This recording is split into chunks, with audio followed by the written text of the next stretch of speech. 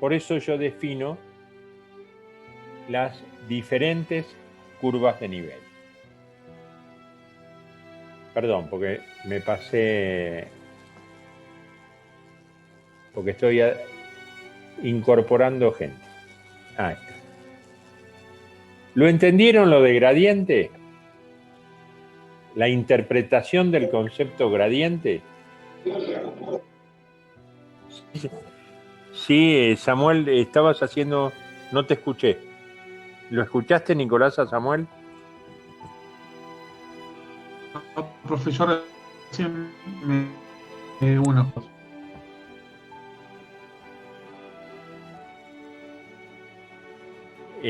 No, Samuel, no te entendí. Que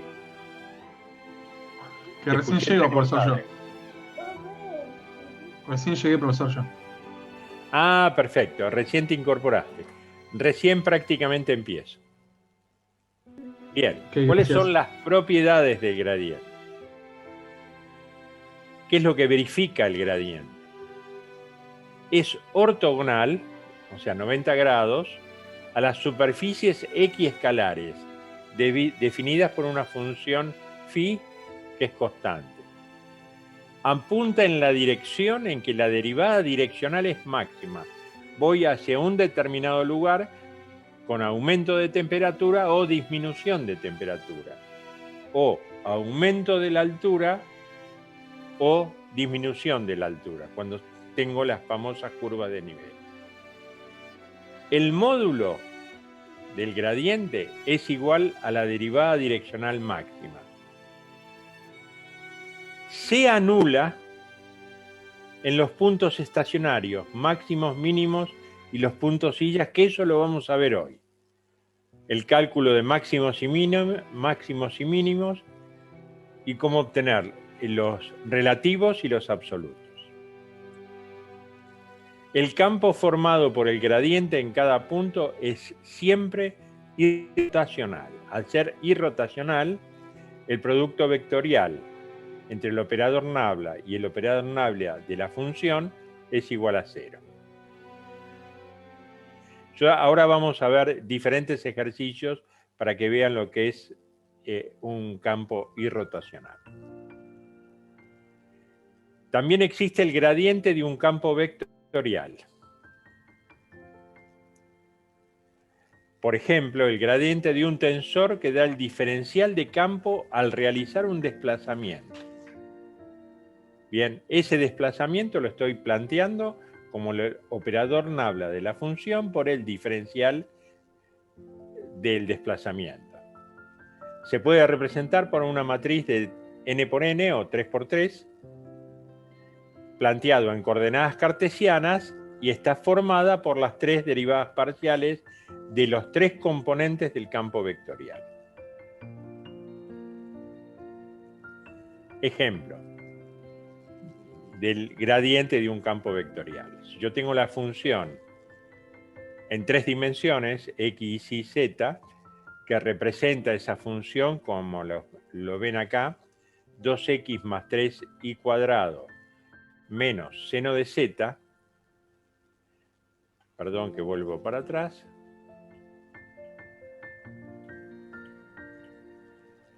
ahí está. Su vector gradiente está definido por el operador nabla de dicha función en x y z.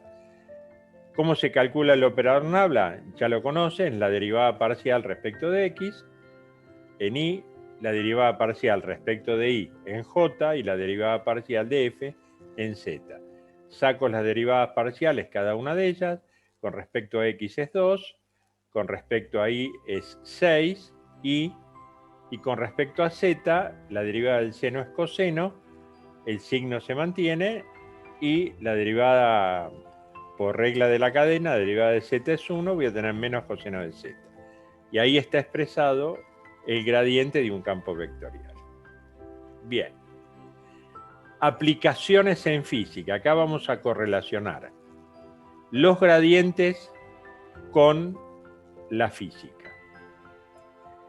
El gradiente posee especialmente aplicaciones en electromagnetismo y mecánica de los fluidos.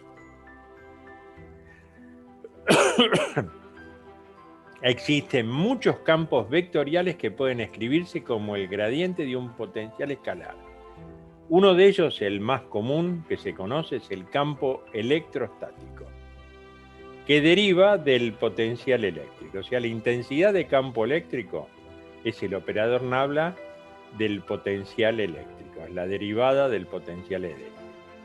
Bien, entonces el campo lo puedo escribir como un gradiente de un campo escalar.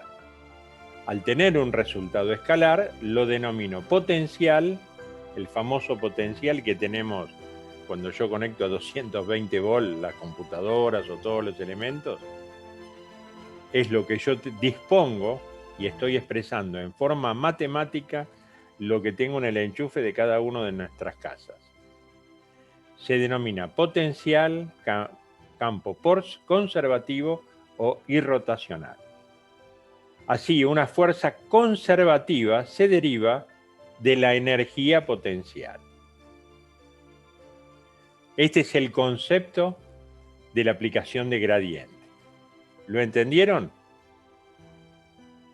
Y es la correlación que yo tengo entre la física y las matemáticas. Bien, ¿alguna duda hasta acá? No. Otro ejemplo de física. Los gradientes aparecen también en los procesos de difusión. Verifican la ley de Fick o la ley de Fourier para la temperatura. Entonces, fíjense, el gradiente de temperatura va a ser negativo menos K, operador Nabla, temperatura absoluta, siendo K la conductividad térmica. Entonces, ¿qué estoy planteando físicamente con esta ecuación? Estoy planteando el flujo de calor en un material. Flujo de calor en un material, que es inversamente proporcional al gradiente de temperaturas. Y ahí tienen una nueva correlación entre física y matemáticas. ¿Ustedes vieron intensidad de campo eléctrico y flujo en física o no? Me parece que no, Nicolás, ¿no? Sí, profe, lo vimos en Física 2, lo estamos viendo. Ah, perfecto, lo están viendo ahora. Bien, ahí tienen la correlación entre las matemáticas y lo que sucede en física. Bien. Esperen que admito, a ver si me cambia también, no. Rotacional. El rotacional se expresa como el límite de la circulación del campo vectorial, cuando la curva sobre la que se integra se reduce a un punto. Esta es la expresión matemática. Nicolás, ¿vieron integrales? ¿En mate 1 y mate 2 vieron integrales o no? Sí, vieron en mate 2. Perfecto. Bien, entonces se define el rotacional de ese campo vectorial F como el producto cruz o producto mixto entre el operador Nabla y ese campo vectorial. Y se define como el límite cuando la superficie, la variación de superficie tiende a cero, que es la integral de ese campo vectorial por el diferencial. Entonces, perdón, porque sigo admitiendo. Esa variación de superficie está apoyada en una determinada curva C, que termina siendo una curva cerrada que se reduce a un punto. El resultado de ese límite,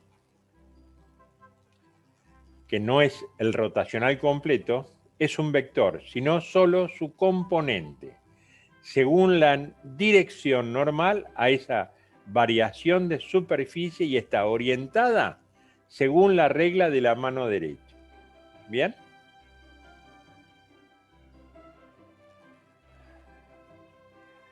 Y para obtener el rotacional completo deben calcular 3 límites, en cuál son esas 3 curvas situadas en planos que están en forma perpendicular entre sí.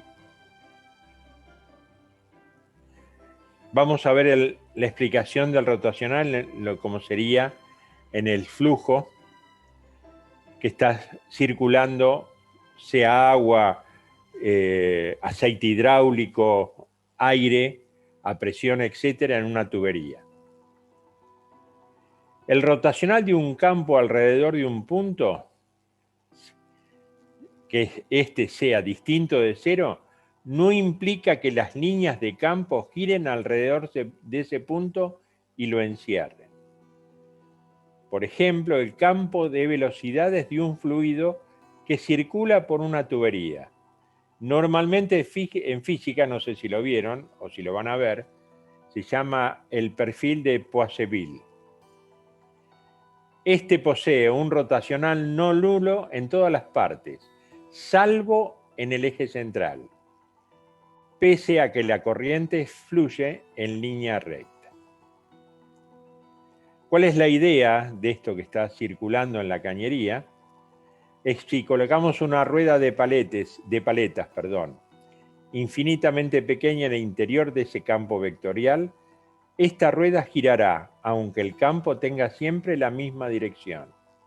Eso se debe a la diferente magnitud del campo que está a un lado y a otro de la rueda.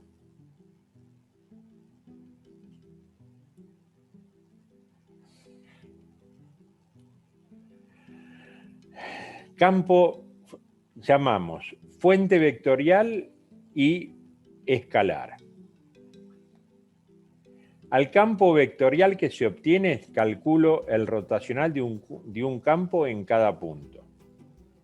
Eso se conoce como las fuentes vectoriales, haciendo el producto cruz del operador Nabla con el campo vectorial F correspondiente. Las fuentes vectoriales, siendo las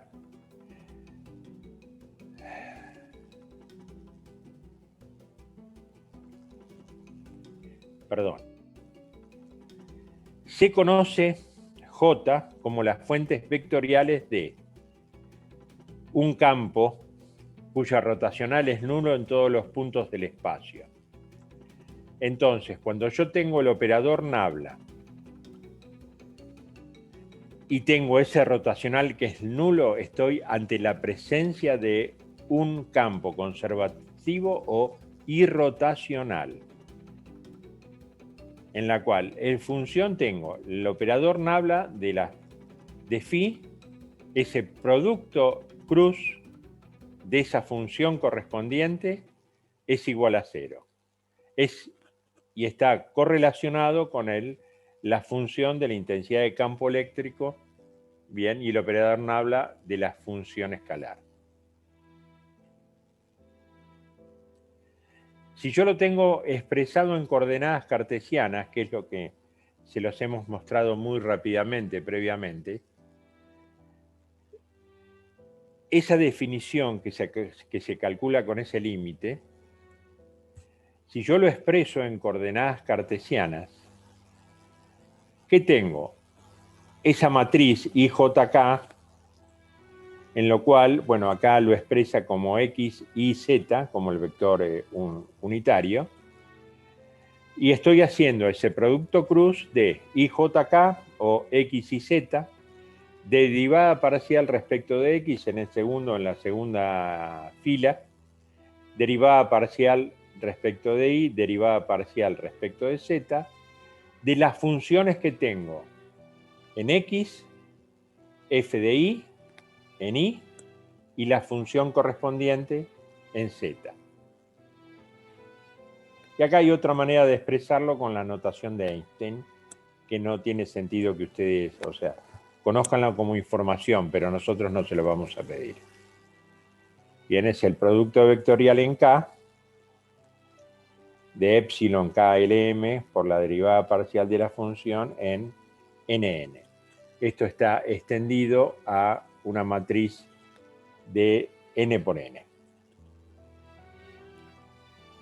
Esto lo saben calcular o tienen alguna duda cómo sacar el producto cruz. ¿Tienen alguna duda cómo sacar el producto cruz? Interpreto que no, o le hago el primer ejemplo. ¿Lo tienen claro? No escuché, perdón. ¿Alguien? No, profe, yo no.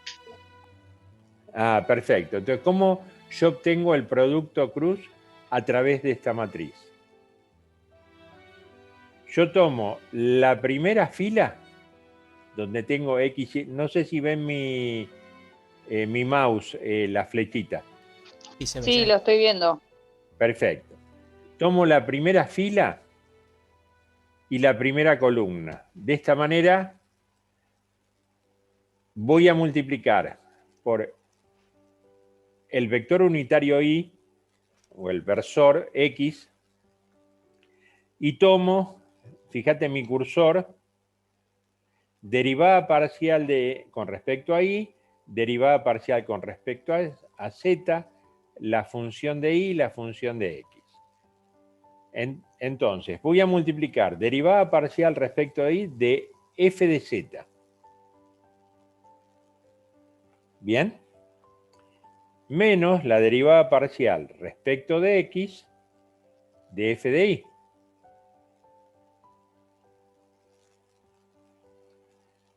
Y voy a aplicar el signo, o sea, en este caso, yo tengo derivada parcial de Z respecto de Y, hice esta multiplicación. Mi cursor con f de Z. ¿Estamos de acuerdo ahí? Menos mi derivada parcial respecto de Z de f de Y. Para calcular el segundo término, tomo mi versor Y o J, como ustedes quieran determinarlo, IJK o XYZ. Normalmente cuando tomo Y, estoy cancelando, no puedo actuar en la primera fila y la segunda columna. Normalmente se manejan los determinantes con los signos correspondientes. Creo que vos, Nicolás, se lo mostraste una vez cómo tenía los signos. Bien, normalmente tengo el primero es positivo, el segundo Y es negativo, el tercero es positivo, Z. Si voy abajo, el signo que le corresponde es, si X era positivo, derivada parcial de con respecto a X es negativo y f de X es positivo. Si Y era negativo, estoy poniendo los signos. No sé si querés escribirlos, Nicolás, y se los mostrás o se los muestro yo. Entonces, de esta manera, el valor de Y es negativo, pero acá yo tengo positivo. Pero fíjense que están invertidos la matriz de dos unidades que yo tengo. La matriz se arma con derivada parcial respecto de X y f de X y la derivada parcial con respecto de Z de f de Z. Yo hago la misma multiplicación. Acá, o sea, mi paso anterior yo voy a poner un signo negativo. Entonces va a ser derivada parcial de f de Z con respecto a X. Menos mi derivada parcial, tengo 10 minutos, de f de X con respecto a Z. ¿Bien?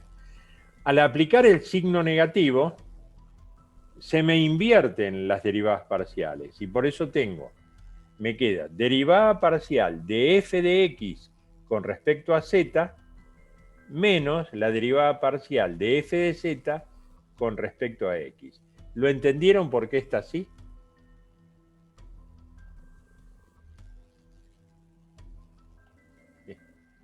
¿Lo entendieron la aplicación del signo negativo?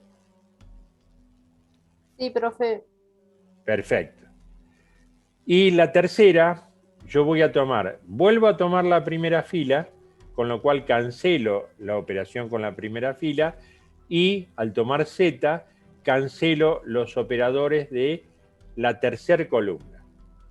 Entonces, Z, y voy a tomar el determinante que está armado por derivada parcial con respecto a X, de f de X, derivada parcial con respecto a Y, de f de Y.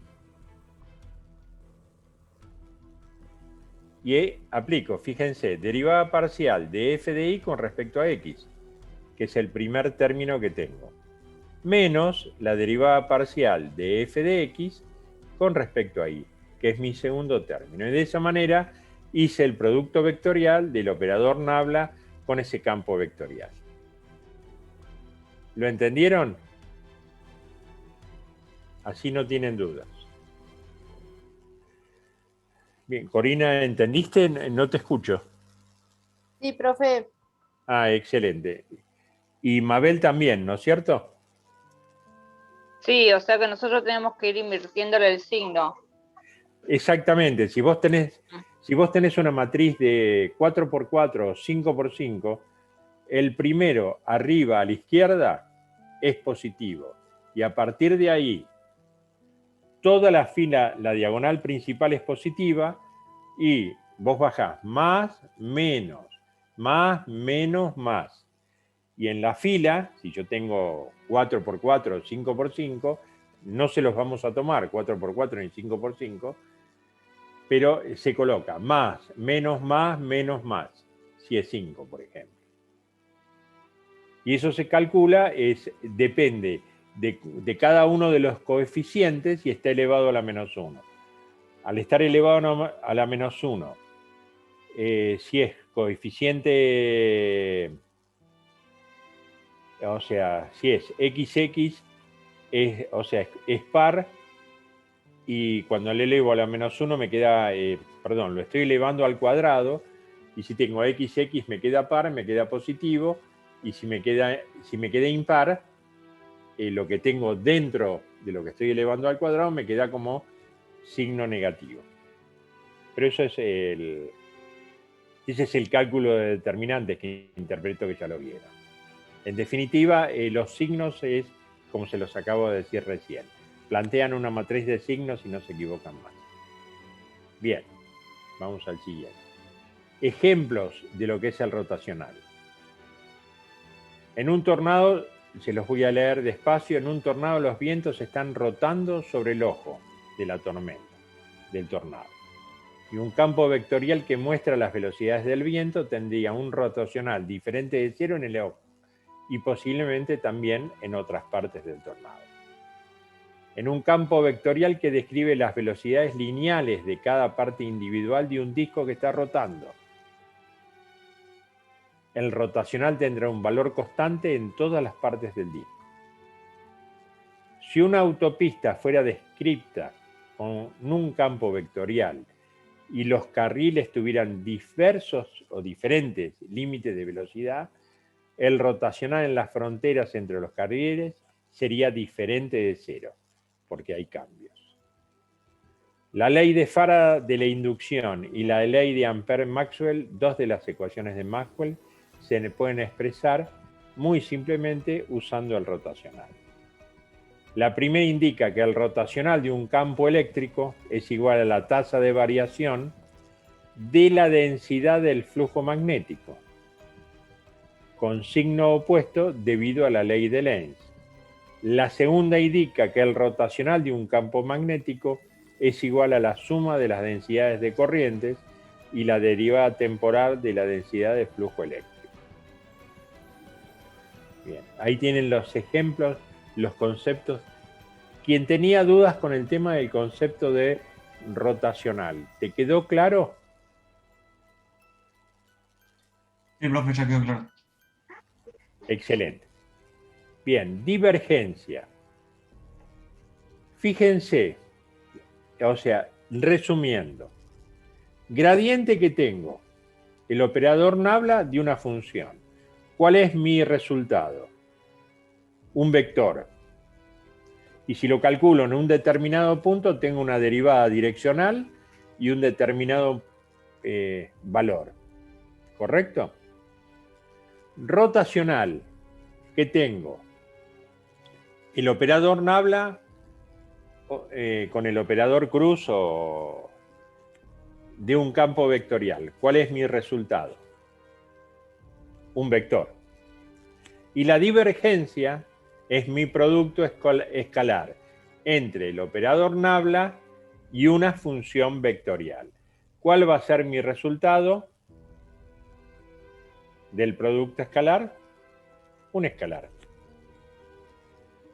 ¿Bien?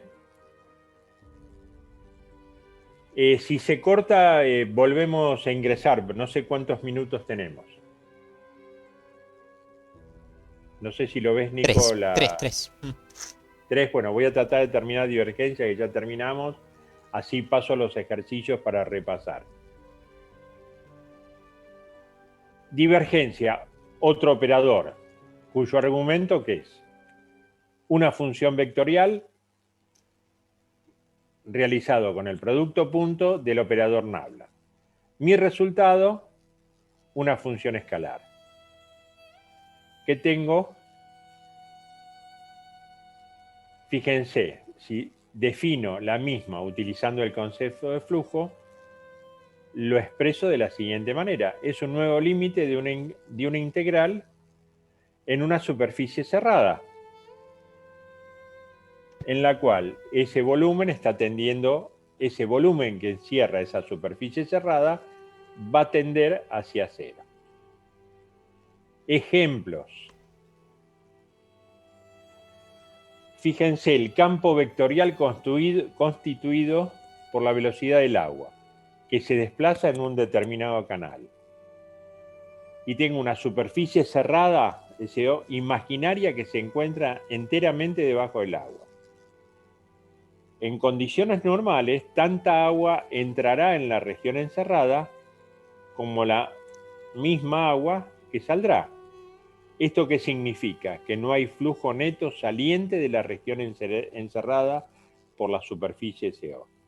Esto significa también que las condiciones se mantienen para el límite. La divergencia de la velocidad es cero. Si además existiera, en lo que les acabo de comentar, si tuviera una fuente de agua, ahí la cosa cambia, porque voy a tener un flujo neto saliente de la velocidad que sería positivo. Entonces, la divergencia en ese punto sería positiva. Si en cambio tengo un sumidero, mi divergencia va a ser negativo, porque el sumidero quiere decir que están entrando. ¿Lo entienden? Es decir, si ustedes están viendo en física intensidad de campo eléctrico, yo tengo dos cargas, una carga positiva y una carga negativa. Esa carga, bien, ¿cómo se define la fuerza eléctrica? ¿Se los dijeron ya o no?